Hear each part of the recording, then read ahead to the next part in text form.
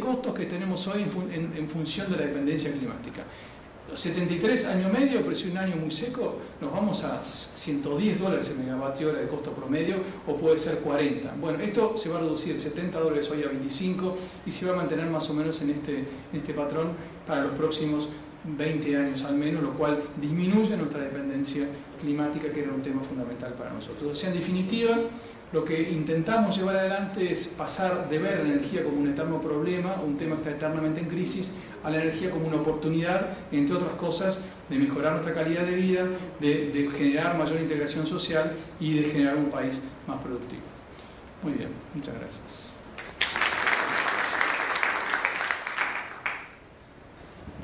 Muchas gracias. Gracias, Ramón, por la presentación bien interesante y completa. En primer lugar, entonces, un agradecimiento a la coordinación del Foro de Innovación de las Américas, en particular a Gustavo Olmos y a toda la agencia, la ANI, por esta oportunidad de estar acá compartiendo el foro y brindando algunos elementos del estado de situación de las renovables.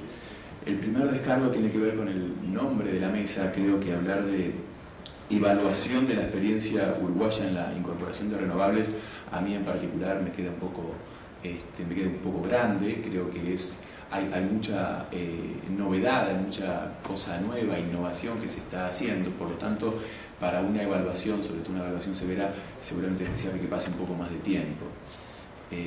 Bueno, dicho esto, vuelvo a la presentación de mi persona, que la olvidé. Mi nombre es Gonzalo Bravo, pertenezco a la Fundación Bariloche, estoy trabajando en temas de energía y planificación energética desde hace unos 11 años, y en los últimos 5 años en particular las energías renovables y la electricidad como sector, como fuente de las energías.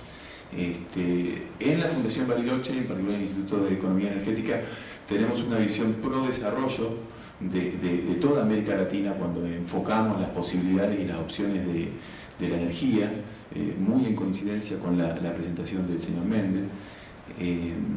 Por eso creo que están bastante alineados los conceptos que acabamos de escuchar y lo que voy a desarrollar en mi presentación. Llegando un poco a la presencia mía en esta mesa, se invita a participar a la Red 21, que es una red que está, yo diría, cuantificando la presentación de las energías renovables en todo el mundo desde el año 2005, 2006. Ahí se hace el primer reporte anual. Hoy en día hay algunos instrumentos adicionales. Está la página web muy fácil de acceder y muy fácil de navegar. Es un esfuerzo bastante ambicioso, ya lo vamos a ver, y en desarrollo. Esto es muy importante porque las aseveraciones, los resultados que se tratan de presentar se generan muy rápidamente. Los datos son datos muy nuevos, muy de coyuntura. No es lo mismo que ver un reporte de petróleo con toda la solidez, la inercia, la convergencia en cuestiones más teóricas o polémicas que el petróleo tiene, o otras fuentes más viejas, más asentadas. Entonces, veamos estos datos de energía renovable a nivel mundial con el esfuerzo de comparación entre países con cuidado. Invitamos a hacer críticas, por supuesto, ya que tiene que ser mejorado permanentemente. Y me meto en la presentación, que tiene 3 partes, y esto de la presentación del documento de la red internacional, donde la Fundación Bariloche colabora suministrando datos de América Latina, además de colaboradores puntuales en los países, sobre todo en México y Brasil, que tienen corresponsales particulares por su tamaño y envergadura. Entonces, mi presentación va a tener un poquito de contexto, como para no hablar de las energías renovables en el vacío, sino ver por dónde deberían estar enfocándose y a qué objetivos deberían atender. Luego la presentación sigue del documento, del estado de situación de las renovables en el mundo, y por último un poco de foco en América Latina, en las políticas que se están empleando para la promoción y desarrollo. Entonces, comenzamos situando a la temática de la energía en un contexto de desarrollo sustentable. Insisto que la idea es dar un poco de cuerpo a las cifras que vamos a ver después y no hablar simplemente en abstracto. Entonces, hay 3 pilares. La primera, y esto es interesante, es el uso eficiente de la energía. O sea que el primer concepto que decimos cuando hablamos de renovables es ser más eficientes. Una unidad de energía no consumida es mucho más importante que una unidad de energía generada, por todas las pérdidas que se producen a través de la cadena de la generación o desde el recurso mismo hasta el consumo final. Entonces, el primer objetivo tiene que ser la eficiencia energética. Me alegro de verlo alineado con los objetivos prioritarios del Uruguay. Luego, por supuesto, es deseable un empleo creciente de la energía renovable. Y por último, el desarrollo acelerado de nuevas tecnologías en energía, muy en paralelo con el crecimiento de las renovables. Hay que distinguir, sin embargo, entre la energía renovable y la energía sustentable. O sea, no por ser la energía generada a través del agua, con el agua como fuente y como insumo, va a ser sustentable. Si la forma de construir la represa, la inundación del área, el desplazamiento de la población no contempla medidas de sostenibilidad social, no vamos a tener la renovabilidad que estamos buscando. La energía es un medio, no es un consumo final, es un medio, un insumo imprescindible para el desarrollo. Atiende necesidades básicas. En algunas sociedades, la energía, antes que un commodity o un producto que se extrae y permite obtener divisas o un dolor de cabeza porque debemos realizar fuertes importaciones, se considera la energía como un derecho, siendo los gobiernos responsables de cubrir esta necesidad, equiparable a salud, educación, comida, refugio u hogar, seguridad. Es importante la concepción, porque esto va a justificar un tipo de política, un tipo de presencia del Estado y objetivos que se fijan con solvencia y fortaleza. Ciertos servicios o usos energéticos básicos son esenciales para el desarrollo sostenible. Disponer de energía puede ser considerado prioritario, o sea, más importante que un resultado financiero. Teniendo este enfoque se puede justificar que no tomar decisiones respecto a qué matriz energética tener únicamente por un análisis puramente de costo-beneficio. Puede haber otros objetivos: desarrollo del país, consumir recursos internos para tener autosuficiencia, etc., generación de empleo. Y las emisiones de gases contaminantes u otros efectos indirectos con la elección de las fuentes. Lo que queríamos decir aquí es que, de nuevo, puede haber una instancia en que un país latinoamericano, un país en desarrollo, deba emitir o tenga la decisión nacional de usar una fuente más contaminante hasta que logre salir de la pobreza o del desarrollo. Por supuesto que es deseable cumplir con ambos objetivos, de ir desarrollándose en base a energía limpia y menores emisiones, pero no es la misma exigencia que se le debe situar a un país desarrollado, industrializado, a un país que está creciendo y que tiene pobreza. Aquí tenemos un típico gráfico de la existencia de objetivos múltiples, en este caso de energía, desarrollo y medio ambiente, tratar de conciliar estos distintos elementos, porque todos los elementos o dimensiones están presentes cuando se toma la decisión. Y aquí hay otros elementos para juzgar la decisión que se toma en torno a las energías renovables. Vamos a ver. Bien, otra cosa que tengo interés en puntualizar es que situemos a la energía renovable en 4 grandes ámbitos y no solamente en el abastecimiento eléctrico. Acá Ramón Méndez fue muy claro, además el Uruguay es muy importante estos dos aspectos, ¿no? Usos térmicos y motrices, un empleo directo de la energía solar, por ejemplo, un empleo directo para calderas, para calor de proceso. Eso tiene una pérdida de eficiencia menor que el abastecimiento eléctrico. Muchas veces es preferible usar la biomasa para generar calor y no generar electricidad, es más eficiente. Lo mismo puede pasar en el caso de los biocombustibles o agrocombustibles. Y los dos primeros sectores son el abastecimiento eléctrico en gran escala y opciones rurales, aisladas o distantes de la red, que hacen posible que entren otras tecnologías.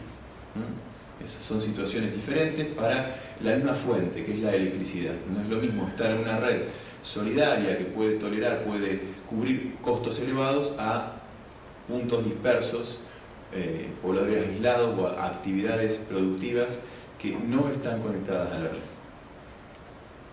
Bien, pasamos entonces a al segmento de la presentación, son 3, que tiene que ver con el reporte, tiene que ver un poco con la invitación que se nos hace a este foro en cuanto a Red 21, una red de política energética que, entre otros productos, pone a disposición un reporte anual, que es este Global Status Report. Entonces, ¿de qué se trata la red? La red nace a partir de una declaración política en Bonn en el 2004, que es uno de los primeros hitos en el desarrollo de las renovables. El objetivo es permitir una rápida transición hacia la energía renovable, promoviendo políticas para su expansión. Se vale de elementos objetivos de dirección política, información de alta calidad e intercambios, consultas, discusiones entre actores relevantes. Esto es bastante ambicioso. La información de alta calidad pasa básicamente por los gobiernos nacionales. Es muy difícil que una red supranacional, multinacional, pueda mejorar información de base, es prácticamente imposible, y por ahí el mérito está justamente en convocar a los autores clave que están generando la información y que saben hacer apreciaciones de calidad respecto a esa información, qué tan confiable es o qué tan preliminar es. Elementos objetivos de dirección política, de nuevo, es tremendamente ambicioso. La sola consideración de todo el bioetanol y el biodiesel generado como energía renovable es difícilmente sostenible. Hay mucha producción de agroenergía a partir de commodities que están trayendo problemas a nuestras sociedades, a nuestros países, están marcando un rumbo de desarrollo que no necesariamente es el que querría toda la sociedad. Entonces, esta opción tiene que estar sometida a una discusión pública, tiene que estar consensuada, etc. Y por lo tanto, hay veces que es difícil plantear objetivamente que un país mejora o que una región avanza simplemente por estas mejoras en las cuotas, en las participaciones de la energía renovable. Lo importante es cómo se desarrolla esa energía. Si instalamos una fantástica cantidad de potencia eólica comprando el 100% de la maquinaria y la infraestructura, probablemente pueda tener más problemas para el país que una fuente que se importa parcialmente. Eso todas cuestiones de política que tienen que ver con los objetivos múltiples que debe cubrir las decisiones del sector, en este caso el energético.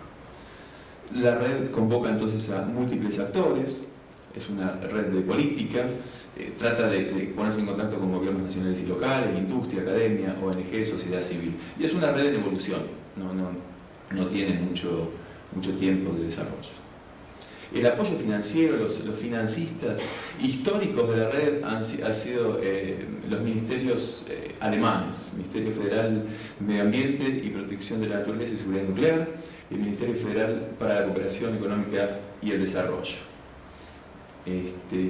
En el último reporte participa un ministerio de la India, de energía nueva y renovable, y el Banco de Desarrollo de Asia.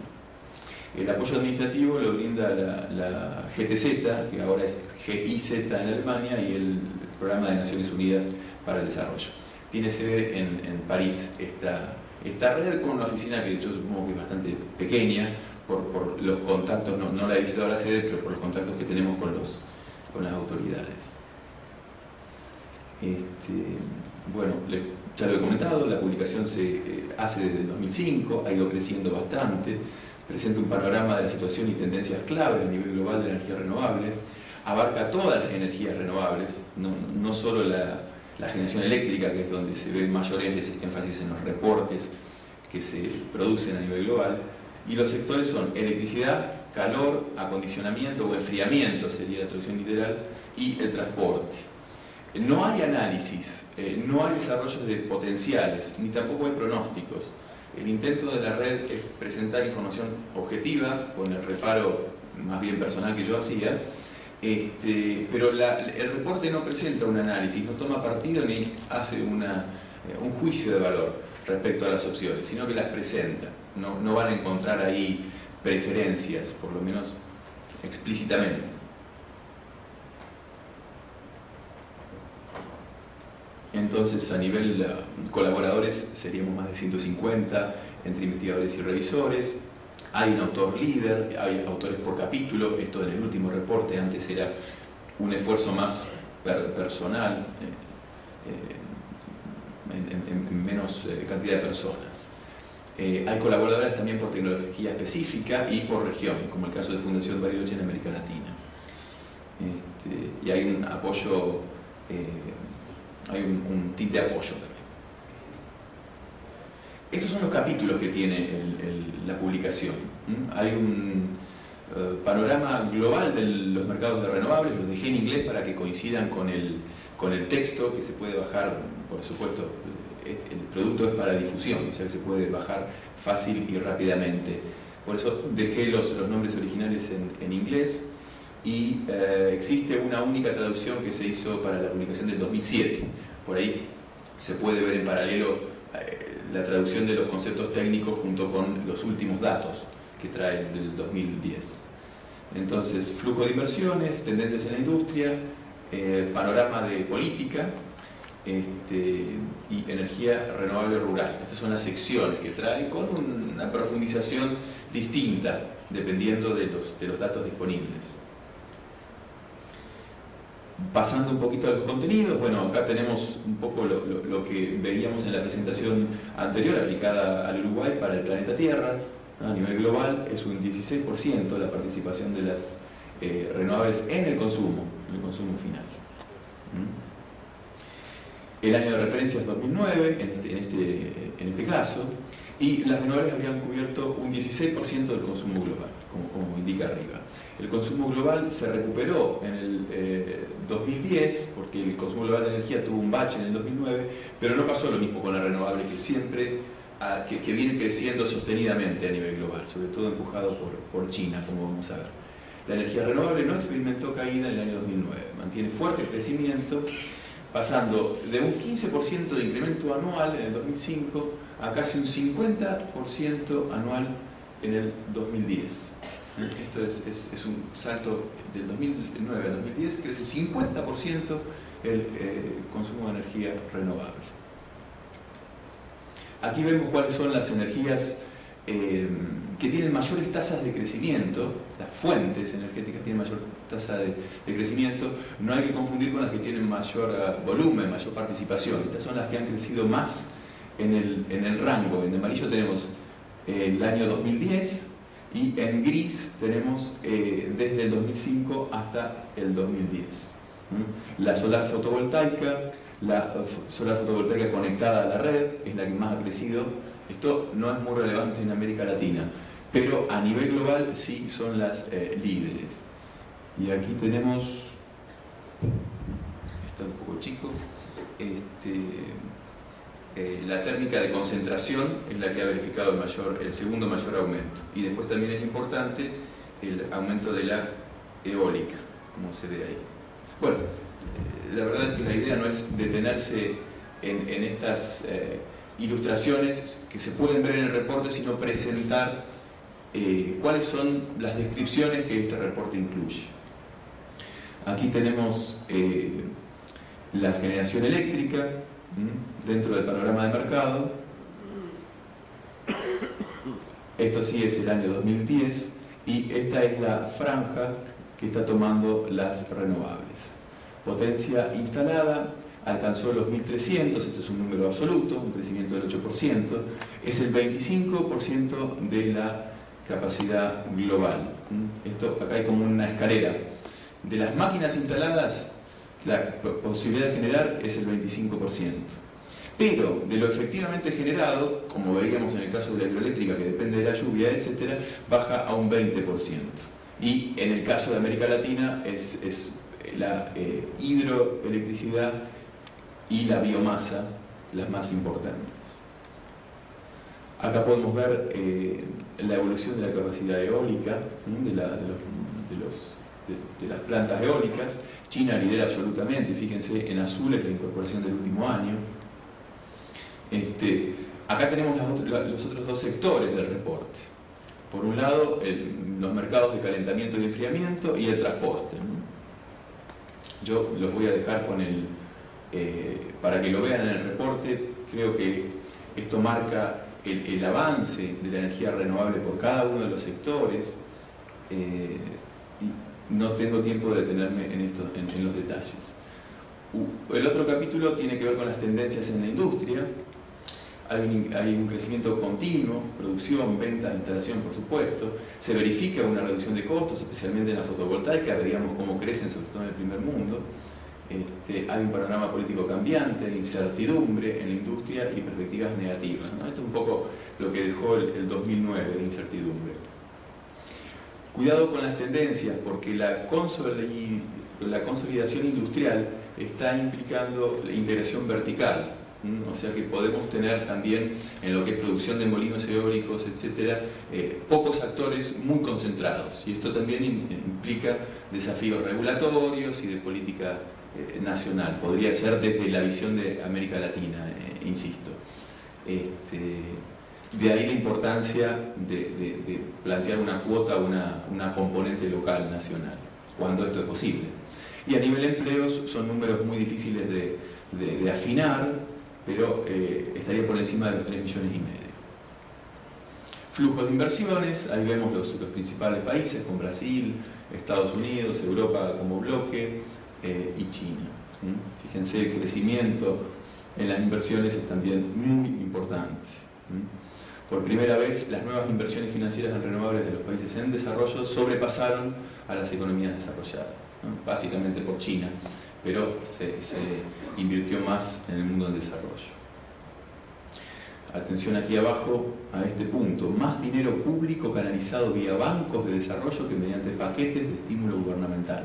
Esto es porque hay mucha creencia que, para avanzar en las energías renovables se está viendo un rol importantísimo de los bancos de desarrollo y desde la esfera estatal con decisiones políticas.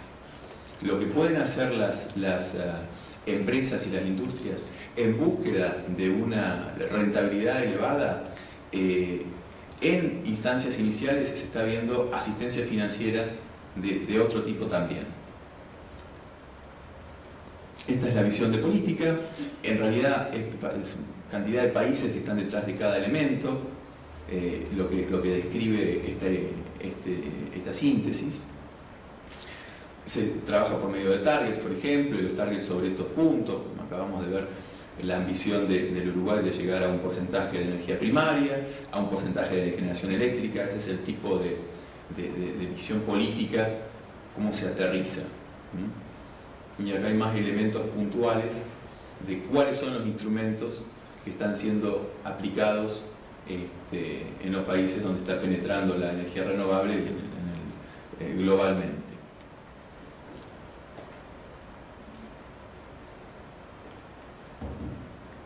Recorriendo el reporte, se puede ver el capítulo de energía en el sector rural, que es complicado de tomar esos datos, de consolidarlos. Yo creo que esta visión es parcial, no incorpora totalmente la energía y las características del consumo en el mundo, pero sí implica una mejora año a año y eso es valioso. Hay un énfasis en la cocción, en particular un programa de estufas eficientes que permiten emplear la misma fuente, la leña, de un modo mucho más eficiente, que eso es algo deseable, es un recurso que se tiene y que está exhibiendo problemas por el modo en que se quema, sobre todo si es dentro de una vivienda, sin un artefacto que permita liberar los gases por una chimenea o escape. Por último, dentro de lo que es el reporte, y después paso muy rápidamente porque me he quedado sin tiempo, el planteo de los instrumentos de política que se están usando en la región. Por último, la página web de REN 21 presenta un mapa, ahí está marcado el Uruguay, donde se puede recorrer tanto las cantidades de energías renovables como las políticas que se están implementando por país, por región o incluso por política, qué países están incorporando tarifas, remunerando con tarifas tipo feed-in, en esa variable, y arroja la cantidad de países con algún detalle de lo que se está haciendo. Bueno, por último entonces algo relacionado con los instrumentos de promoción bajado a América Latina. Yo acá quería plantear los instrumentos por los cuales se pueden promover las energías renovables de modo amplio. Por ahí en este foro es investigación y desarrollo lo que está presente con más fuerza. Hay una instancia de intervención directa. Claro ejemplo de la electrificación rural es el Estado que directamente dispone o puede hacerlo, cómo llegar y con qué fuente a puntos remotos.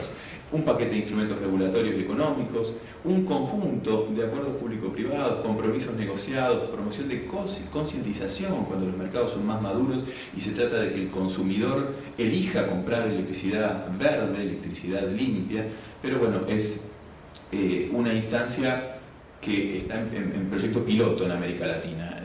Requiere de consumidores con poder adquisitivo, es otra realidad. Hay veces que no conviene tratar de incorporar estas herramientas de primer mundo inmediatamente en nuestros países. Aquí hay una tabla que era simplemente para que vean la cantidad de filas y columnas. Son los países de América Latina. Uruguay, en función del orden alfabético, le ha tocado el piso de la tabla, y acá tenemos como tres grandes paquetes de políticas.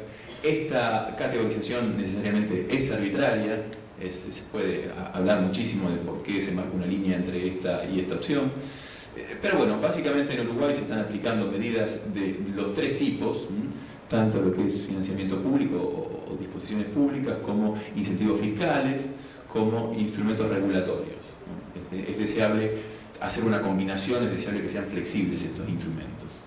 Luego, en particular, había una descripción de los países que están tomando cada una de las políticas. Estas son las famosas tarifas feed-in, difíciles de encasillar, son tres elementos: el acceso a la red, garantizar una tarifa que cubra los costos reales que está generando esa fuente de energía, y sobre todo darle continuidad en el largo plazo, darle al proyecto renovable que se está incorporando garantía de continuidad en el largo plazo, que no va a ser algo volátil. Esta gran cantidad de países están trabajando con tarifa feed-in. Brasil estaría pasando más bien a subastas, y habría que incorporar, como acabamos de escuchar, a Uruguay dentro de tarifa feed-in. Las subastas son lo que nos contaba Ramón Méndez. En muchos países se están empleando. Se convoca a presentar proyectos, por ejemplo, una cantidad de capacidad de energía eólica, y se cubre con los oferentes que dan los mejores precios. Es una herramienta de uso creciente. Y yo trataba de identificar dónde está Uruguay, ¿no es cierto? Nicaragua está por pasarse a este instrumento. Cuotas para indicar la cantidad de energía renovable eólica que quiero, por ejemplo, casos de Chile y Uruguay.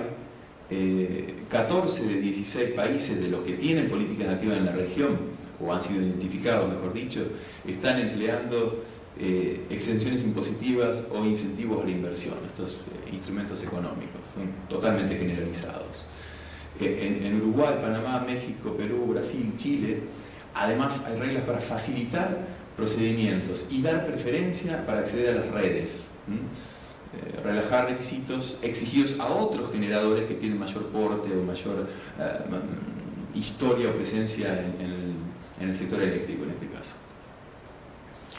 Otros países establecen un despacho preferencial, que es similar, es su llamado para poner su energía, su capacidad en la red.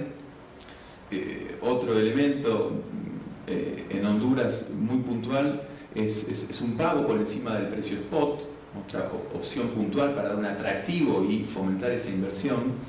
En Perú en particular se garantiza una rentabilidad mínima para proyectos hidráulicos menores de pequeña potencia, digamos. Y la medición neta, aquí me parece, Ramón, que tengo algún antecedente más, habría que ver, pero la implementación puede ser distinta, ¿no es cierto? O sea, Uruguay, México, Costa Rica, Guatemala, República Dominicana y estos países estarían implementando esta medición neta. Esta posibilidad que tiene un hogar o una planta industrial, probablemente, de colocar un molino eólico, un panel fotovoltaico y entregar energía a la red cuando hay sol.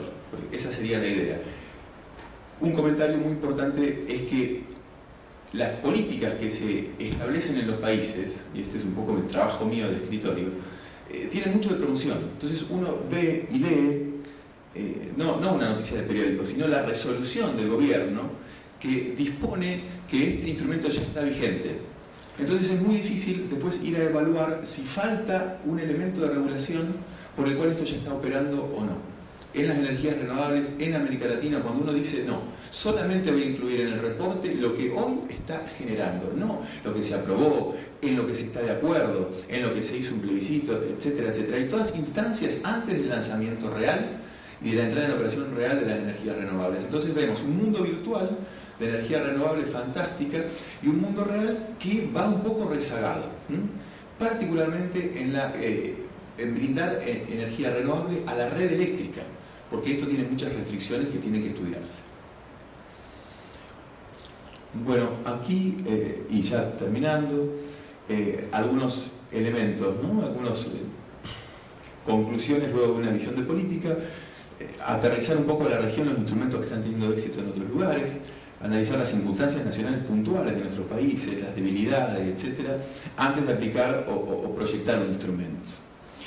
Analizando la historia de las políticas y los instrumentos puntuales de energías renovables, Brasil es el que tiene más historia, con un programa largo, con una ida y vuelta, con un ajuste en las subastas, con problemas encontrados en estas subastas, pero que eso queda para otra oportunidad. La lectura de cómo han ido trabajando, cómo están trabajando en Brasil en la promoción y esta muy importante cantidad, sobre todo en términos absolutos, de energía volcada en la red.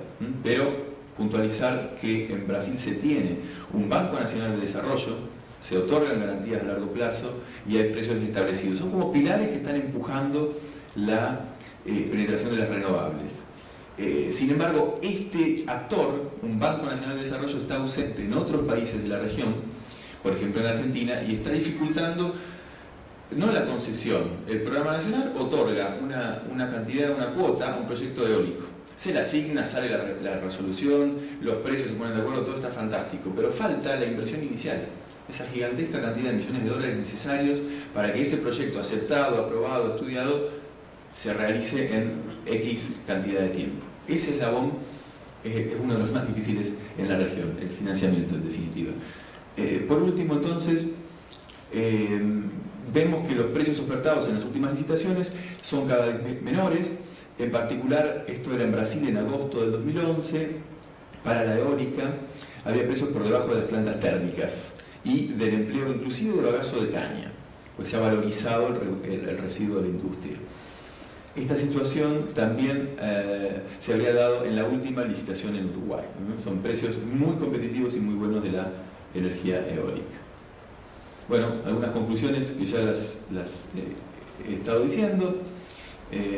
La importancia de que las renovables penetren dentro de una política energética de mediano y largo plazo, completa, crear mecanismos que permitan reducir el costo de la tecnología, una y otra vez la preocupación por bajar estos costos de implementación de las renovables, facilitar amortizaciones, que también se puede trabajar con instrumentos, no solo con los valores de mercado, sino con facilidades desde la regulación, y garantizar una remuneración adicional razonable y sostenimiento en el largo plazo.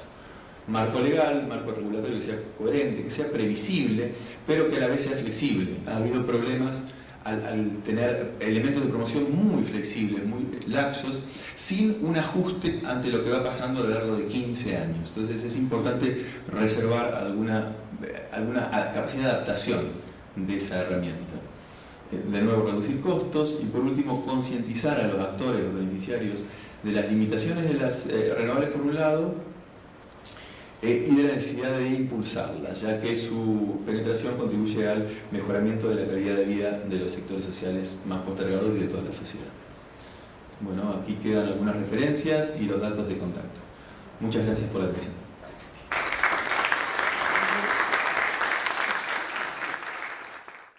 Lo que sí me gustaría recalcar es que en la División de Recursos Naturales e Infraestructura de la CEPAL, el lineamiento de trabajo que nos ocupa es el desarrollo pleno, con una visión de desarrollo sostenible, y esto marca los 4 ejes que de alguna manera presentó Ramón en la política, Ramón Méndez, su amigo Ramón, en cuanto a los ejes de la política energética de Uruguay.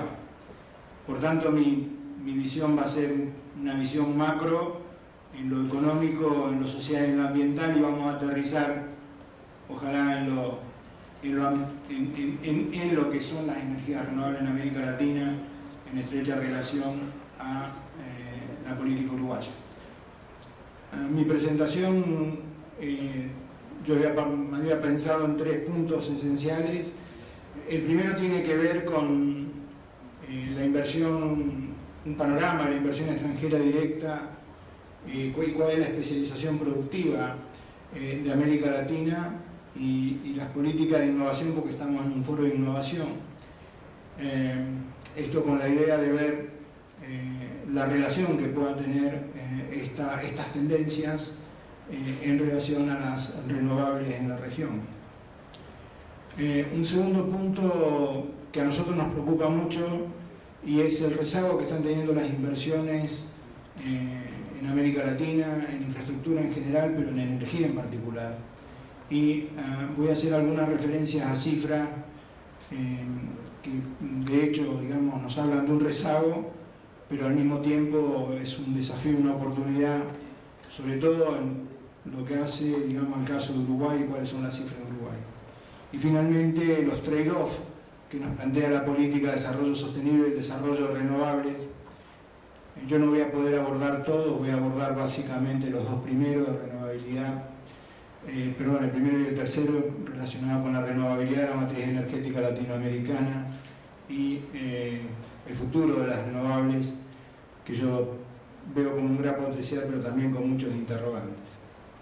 Bien, América Latina es la región en el mundo que en 2010 tuvo la dinámica de entrada de capitales más importante, y si bien a nivel mundial, supongo que el botoncito rojo,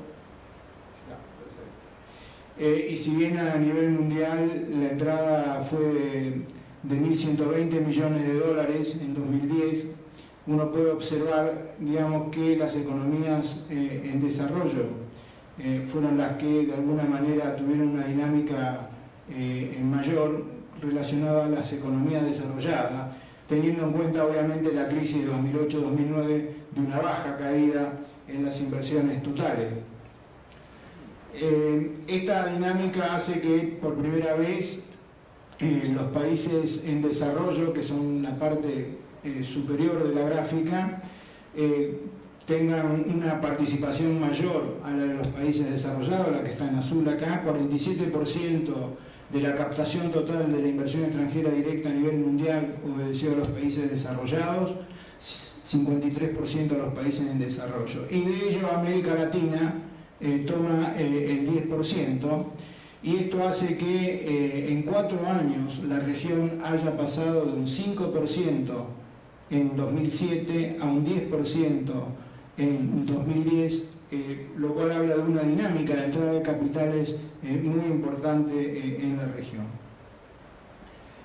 De nuevo, algo que ya sabemos, la heterogeneidad productiva de América Latina y el Caribe, y lo vamos a ver enseguida, también se traduce en una heterogeneidad en la entrada de capitales y el destino de la inversión extranjera directa según las subregiones. Lo que ustedes pueden ver acá es, por un lado, la dinámica en la barra del medio, en azul, es América del Sur, y abajo tenemos al Istmo Centroamericano y la cuenca de México y la cuenca del Caribe, en donde de alguna manera, digamos, en 2006-2007 no ha podido ser restablecido.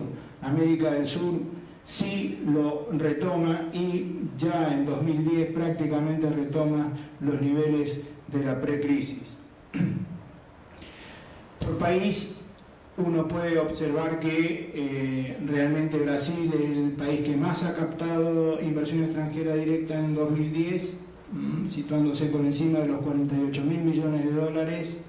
Luego siguen México, Chile, digamos, y si bien Colombia aparece como que realmente en 2010 no ha captado la misma cantidad de inversión absoluta que en 2009, en el promedio de los últimos 5 años, Colombia en 2010 en 2010 Colombia captó más que el promedio de los 5 años anteriores.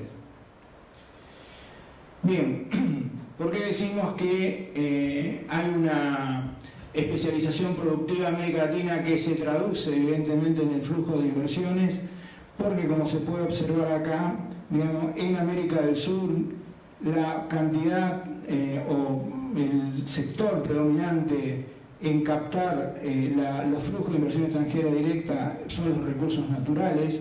Entonces vayamos haciendo la relación de entrada de capitales hacia dónde, hacia qué sector productivo, y vemos después, digamos, la necesidad de alguna reformulación de política para el desarrollo de las renovables, como lo están haciendo acá en Uruguay. En cambio, en Centroamérica y la cuenca del Caribe, los sectores más favorecidos son los sectores de las manufacturas y servicios, y esto tiene mucho que ver con la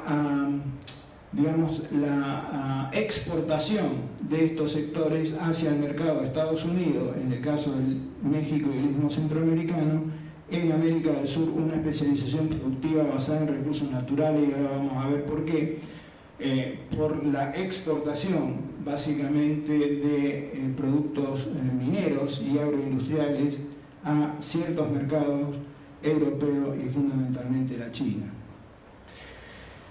Bueno, la novedad de 2010 a nivel de la región fue la entrada de capitales chinos que toman, lo que está en amarillo acá, toma el 9% de la inversión extranjera directa total en la región, un fuerte descenso de Estados Unidos, pero también de España, denotando de alguna manera, digamos, lo que fue la precrisis o la postergación, diría yo, de la crisis de 2008-2009.